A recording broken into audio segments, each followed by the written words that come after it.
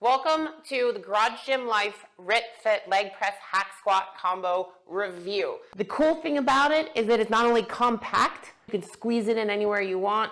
It's a nice build, it's sleek, the matte black will match anything in your gym. It's gonna look good wherever you place it. My name's Ashley, let's get started. They said 4 hours, 2 people. Yes, it took us just under 4 hours. You could do it with one person, but it's gonna be super difficult. So do as the instructors recommend. And I'm not good at building things, so if I can do this, anyone can do this. So your next question is gonna be, okay, that does look nice, but what is that gonna set me back?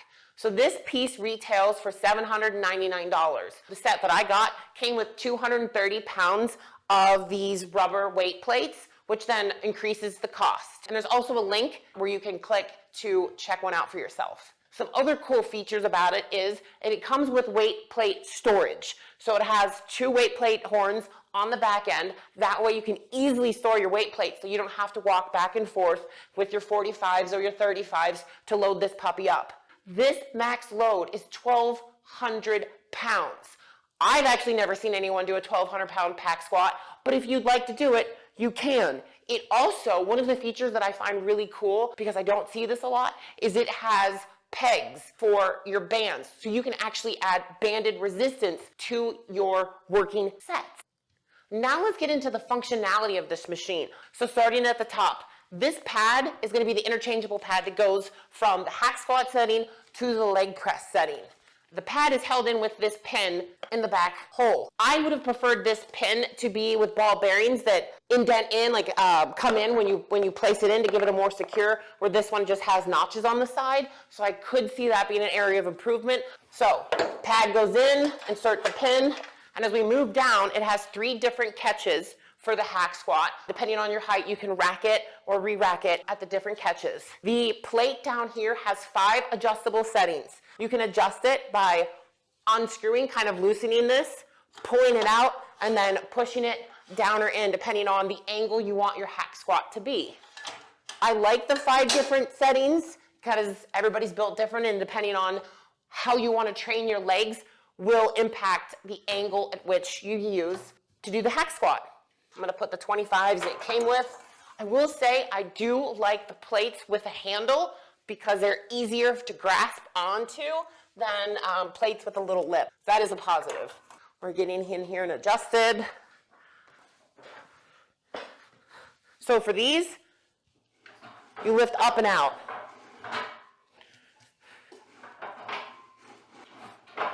Feels good.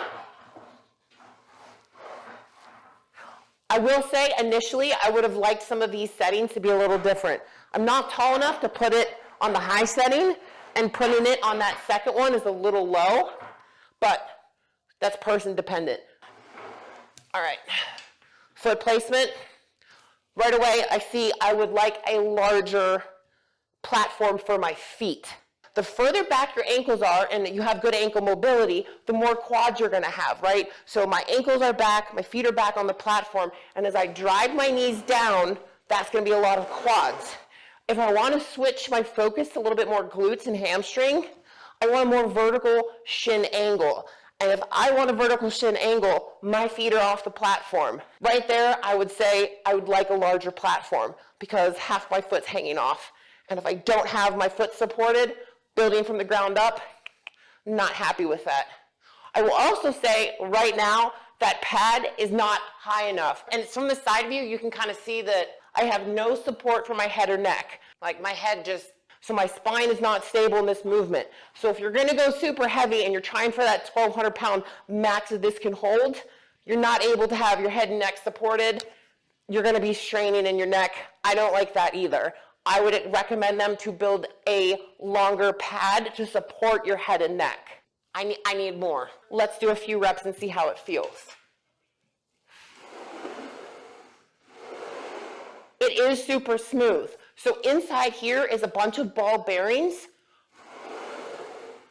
so that movement is fluid. I like that. There's no sticking. I'm 5'10", by the way, so I'm coming all the way down. I'm bottoming out there. So if you're a little bit taller than me, maybe over 6 foot, you might have some issues with your full range of motion.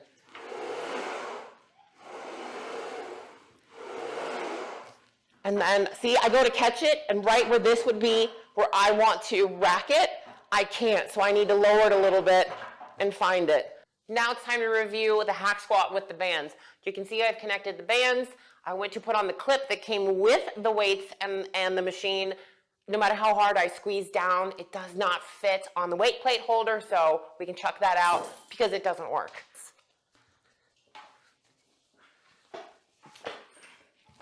This grip here is a little wide for me. I understand that males will have broader shoulders, will like this, but if you are a smaller framed female or male, this is a little uncomfortable. I would like it to be a little bit more narrow so I can keep everything in nice and tight. These kind of just fall to the side too. I don't know if you just saw that. When you come up, they kind of just fall out. I don't know if that's good or bad, just something to be aware of. All right.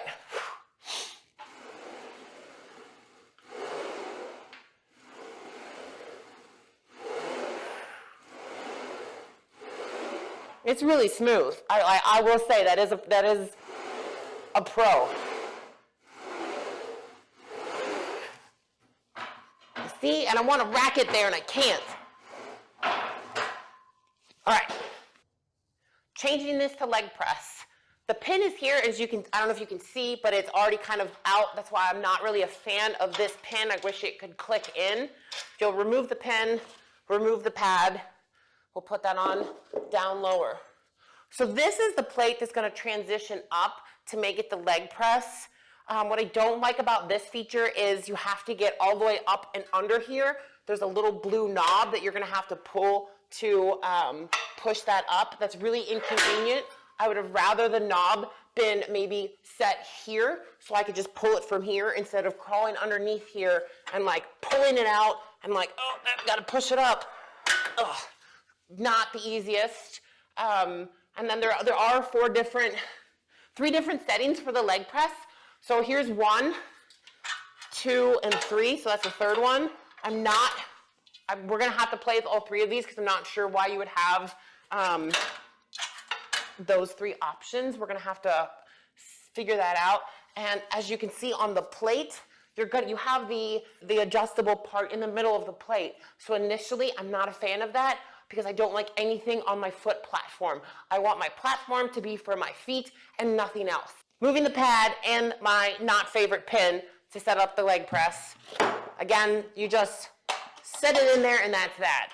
Like, there's no way to actually secure it. There's a lot of room here, so I would like a better way to stabilize it, perhaps another pin back here or some Velcro. I don't know. I don't design things, but I would like that to be a little more secure. So you can adjust the seat, as I said, to be higher or lower depending on your preference for how you want your back to be supported. Again, here we are with the different catch settings that I'm not really a fan of. This one's too high, right? I'd have to like almost do a calf raise to get it down, and if you're really heavy, you're not going to be able to do it.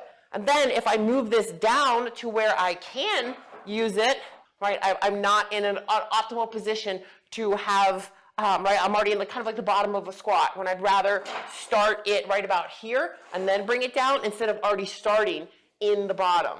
And as I said, I don't like this in the middle of the plate, especially if I want to do single leg presses. That's in my way. This needs to go on the opposite side.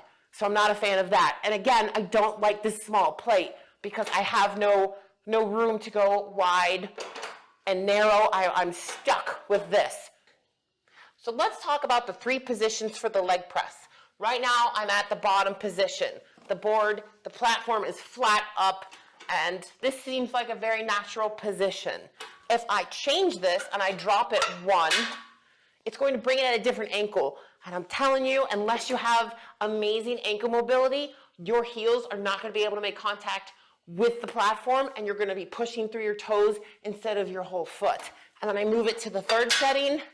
I mean, unless you are built different, I mean, this is an extremely crazy angle to be performing a leg press And I'm gonna see most people performing it like this, because a lot of people lack the mobility to keep their heels down when there's this much of an angle forward in the shin. Like that is just not comfortable at all. So let's go back. See, I wanna catch it right there. I'm not. Go up a little bit, and let's reset this platform to a more natural position, which now I can't reach it. Drop it. And now we can try the leg press. And look at this. So look at my head. There is no support of my head and neck.